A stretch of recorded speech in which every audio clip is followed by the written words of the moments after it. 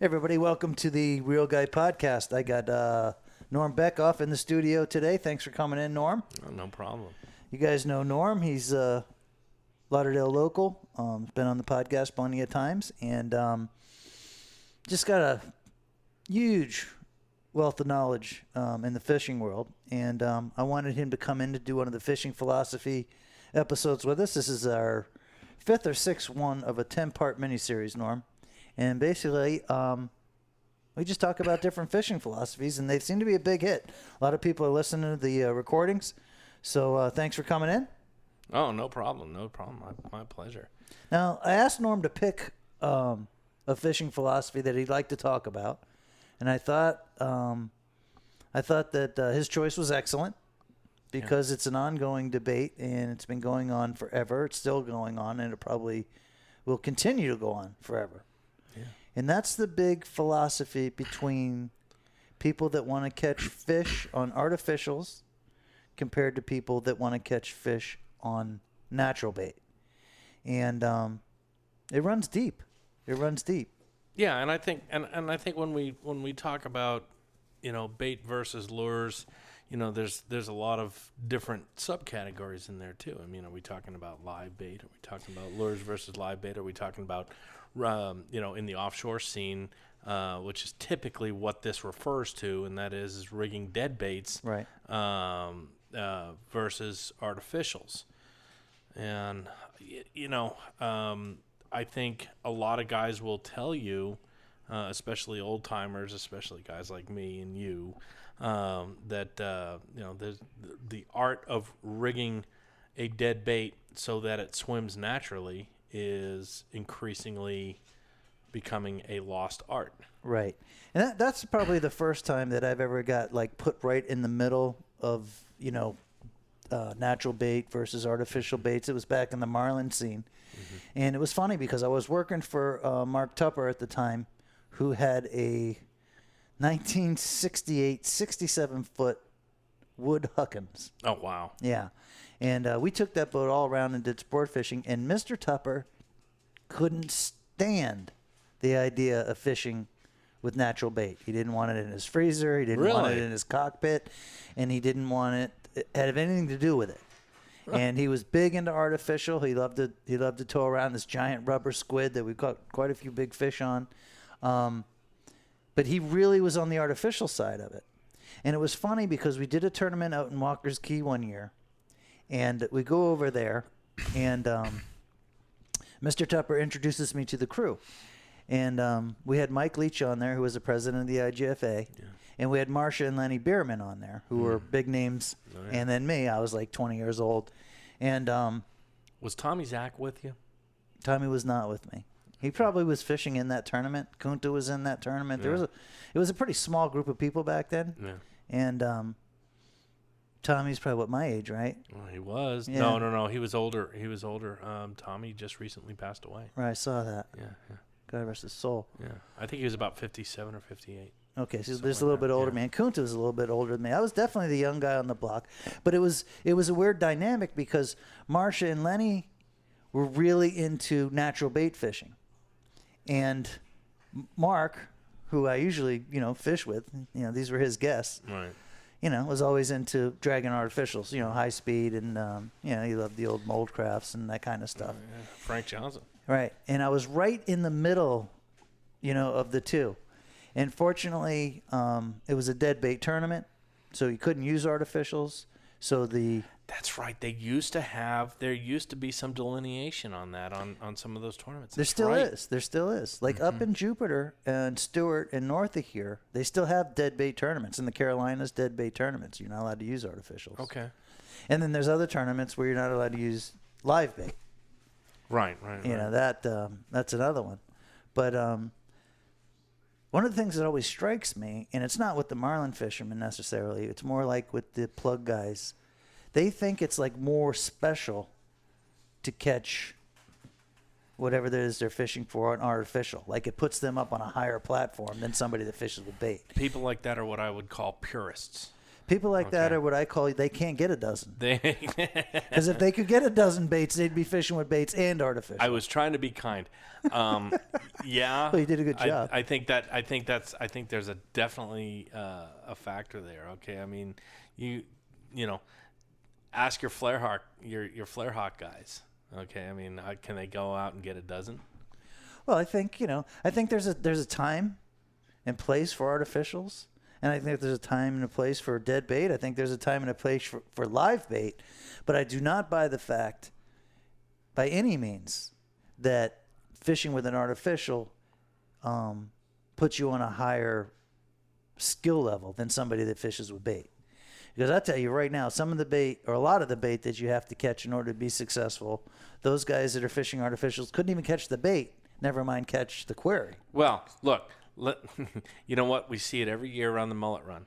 Okay, we see guys that are fishing artificials during the mullet run. When you know they can actually get bait. Well, can they? If you can't get bait during the mullet If you run. can't get bait during the mullet run, then okay, all right, you're an artificial guy.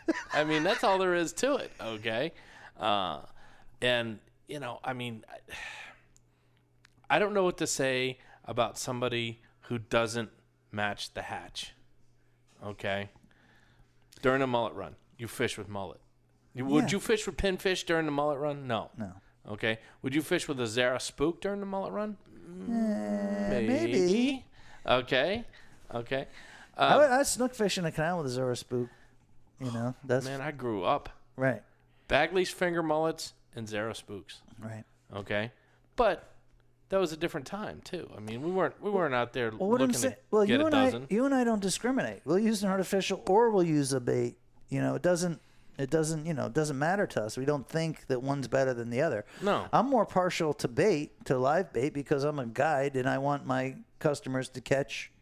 I want them to put the odds in their favor the best that I can, and I think using live bait does that. So I think from a captain standpoint or a guide standpoint or somebody that's actually paid to put people on the fish, you have to erase any type of preconception, what's better or what's worse, and just go with what works. Right. But your average guy has a different preconception, okay? Your average, look, let's face it, your dedicated plug tossers would rather catch one snook or two snook on plug versus 10 on bait. Okay? Now that's, you know what that is? That's arrogance. That's pompous. That's pompous. It's arrogant. It's just it's looking down your nose at the bait guy. And I think that's what they do. I think they do that. I don't think all of them do that. Like that just because you fish with an artificial doesn't make you arrogant. But taking the attitude that fishing with an artificial takes more expertise is arrogant. Yeah. And I totally buy into that. But they're pretty, people that, are arrogant and are pretty proud of it. They don't, it's not like they're hiding it or whatever. Yeah. I'm not sure where it comes from. Oh, I'll tell you where I think it comes from. Back in the day, and kind of getting off topic a little bit, but back in the day, the IGFA used to have all these divisions. And I think they still do, but some of them have gone away. Okay. But way back in the day, like in the 60s, I think it might have even started in the 50s, but 50s and 60s, there used to be different divisions of tackle and records that you could set on different types of tackle. And they had a plug division, they had a fly division, and they had a spinning division. Okay? And I think this delineation between the two, whether you're a plug guy or a fly guy, or that whole purist mentality What the hell came from that. The fly fishermen are real good at so-called purists. What the hell's so pure Nothing. about building your own fly and then catching the fish? Not a thing. Right. There's nothing more pure about that than actually going to catch a fish to catch a fish. Yeah. Well, let me tell you something. I knew a guy. I don't know if you knew this guy. His name is Alan Starr. Okay, and Alan Starr and Alex Adler pioneered in the Keys, fishing for sailfish with ballyhoo and doing the whole, chasing them down in the shallows. Okay, those two guys pretty much pioneered that. Okay, and Alan Starr was a real colorful guy. I'll just leave it at that. Colorful. And yeah, oh yeah. And he was one of these guys that you would love to have on a podcast, okay? But at any rate, Alan was doing an interview for, I think it was Saltwater Sportsman magazine, okay? And he wrote, and I think he told Rip Cunningham, and they printed it in the news in the magazine that he never found an artificial lure in the stomach of a fish. Huh. Oh boy, that set everybody on their ears. I like that. I like that. Well, and then, like you said, rigging dead bait. That's an art. That's an art. That's art. Every bit of an art as making a fly. No, I think it's even more so. I think it's much harder. Because well, not all of it. I mean, some of it's so easy, like a circle hook chin weighted ballyhoo. You can rig it in 15 seconds. That's easy. Oh, okay. Yeah, I mean, I'm still talking gotta, about making a mullet. I'm talking about making a mullet, or a mackerel, right? Squid. A mullet, a mackerel, a squid, or a ballyhoo swim that makes it look real. No, okay? I get that. There's very few guys who can do that. And it is an art, and it takes a lot of time. It takes a lot of energy, and if you don't do it exactly right, then they don't work. They don't work. But if you do it exactly right, it's pretty neat. Yeah. And some of those guys up there in Jupiter and Stewart that are doing deadbait dredges and then pitching deadbait. Curtis Josie. Unbelievable. He's one of the best. Unbelievable, Yeah. Some of those guys. Yeah. And I'd like to see one of these artificial dudes look down their nose at him. No. Or a guy like him. Yeah. Or the guy that I fish with Tupper, Lenny Bierman. Well, let me tell you, Because Lenny would punch you right in the mouth. He was a tough ass. And it was funny because when I was fishing on that boat, a lot of the other mates and captains were intimidated by Lenny because he was such a hard ass. Yeah. And they were like looking at me like, "Oh, geez, you realize who you're fishing with? You realize?" And I'm like thinking like, "Geez, what did I get?" Didn't he play for the Dolphins once? Lenny? Yeah. I don't know, but he was. It wouldn't surprise me if he's a linebacker or something. But I think Marsh had worked for the Dolphins, and that's how they met. Maybe. I don't know the whole story. I was like starstruck on the whole thing. I mean, I had the guy really. I had the president of the IGFA, and then I had Marsh and Lenny Bierman that were in the magazines and stuff then. And then I had all the other captains and stuff coming over to me like, "Dude, you're fishing with?" And Lenny can be tough and blah blah blah blah blah. In the meantime, Lenny was a sweetheart. He learned me some things about rigging mackerel and stuff, and he was meticulous, and he, like you said, he was an artist. Yeah. So anyway, I mean, and that's just it. Okay, he's an artist, and every dedicated deadbait guy I know takes great pride in that art. sure. Okay, and I mean every one of them that I ever met.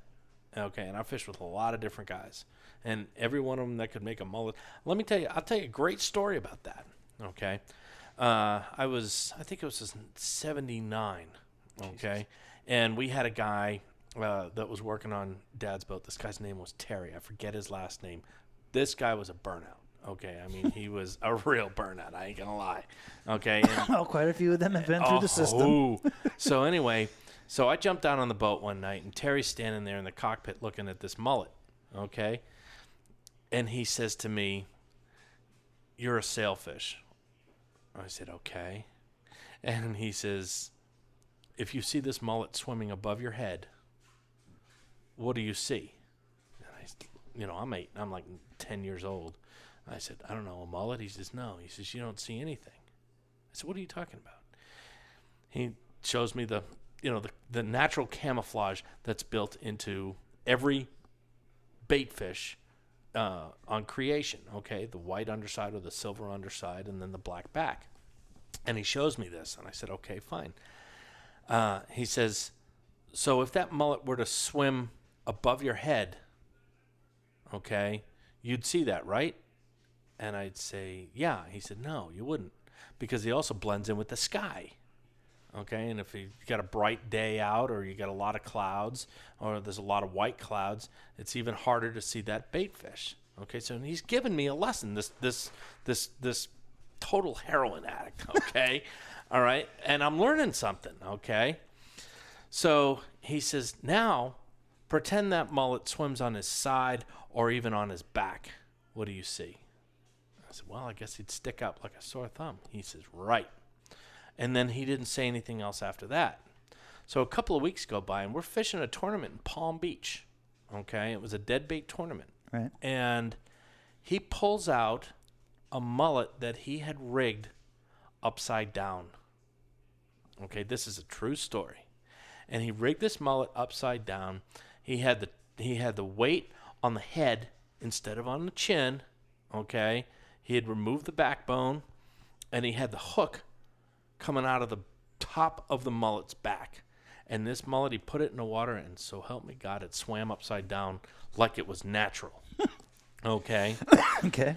And about an hour later, we catch a fish. We get hooked up.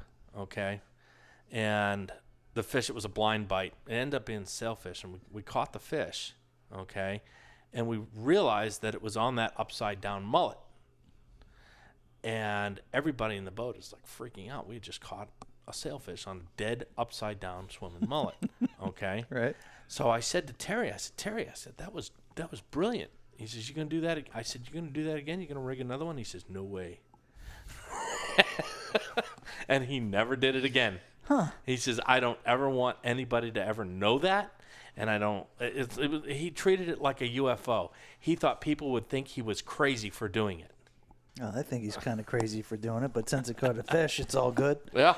I don't know. I just wanted to get into that philosophy. I think a lot of people that, don't think that there's both sides to the story. There is. And hopefully we opened up, some people's eyes. And whether you're a fly fisherman or a plug caster or a live bait fisherman or a dead bait fisherman, it's all good. And none is better than the other necessarily. That's right. They're all just a different way to fish. Yep. And if you do think that way, maybe this will change your mind a little bit, get off your high horse a little bit, and realize there's a lot of good ways to be a great fisherman. You betcha. Run that dog. Run that dog.